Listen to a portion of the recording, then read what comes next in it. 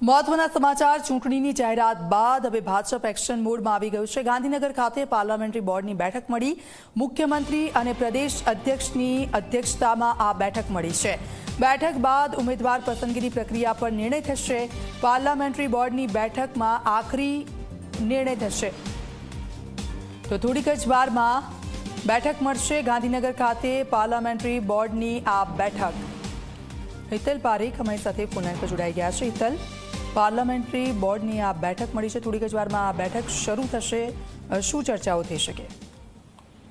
જે દીક્ષિત ચોક્કસ એવું કહી શકાય કે મુખ્યમંત્રી નિવાસ સ્થાને મુખ્યમંત્રી ઉપરાંત ભાજપ પ્રદેશ અધ્યક્ષ જગદીશ વિશ્વકર્મા સહિત ચૂંટણી સમિતિના જે સભ્યો છે એ તમામ નેતાઓની આ બેઠક મળવાની છે। આ બેઠક ખૂબ મહત્વની એટલા માટે માનવામાં આવી રહી છે કે આ બેઠકમાં ઉમેદવાર પસંદગી માટેના કયા પ્રકારના ક્રાઇટેરિયા રાખવા તેની ચર્ચા થવાની શક્યતાઓ જોવામાં આવી રહી છે। સ્વાભાવિક છે કે એક તબક્કો એવો છે કે ભાજપના સક્રિય સભ્ય હોય એમને જ ટિકિટ આપી એ પ્રકારે એક ક્રાઇટેરિયા હોઈ શકે। એ જ રીતે જોવા જઈએ તો 60 વર્ષથી નીચેના લોકોને ટિકિટ આપવાનો પણ ક્રાઇટેરિયા રાખવામાં આવી શકે છે। સાથે સાથે જોવા જઈએ તો સૂત્રો તરફથી જે જાણકારી મળી રહી છે એ પ્રમાણે સળંગ 3 ચૂંટણી લડી ચૂક્યા હોય તેવા અને દૂર રાખવા અને પરિવારમાં એક સભ્ય જો કોઈ હોદ્દા પર હોય તો બીજા સભ્યોને ટિકિટ ન આપી આ પ્રકારના ક્રાઇટેરિયા સહિત આગામી દિવસોમાં કેવી રીતે ચૂંટણી કાર્યક્રમો નક્કી કરવા એ તમામ મુદ્દાઓ પર આજની બેઠકમાં ચર્ચા વિચારણા થશે અને આખરી નિર્ણય લેવાશે।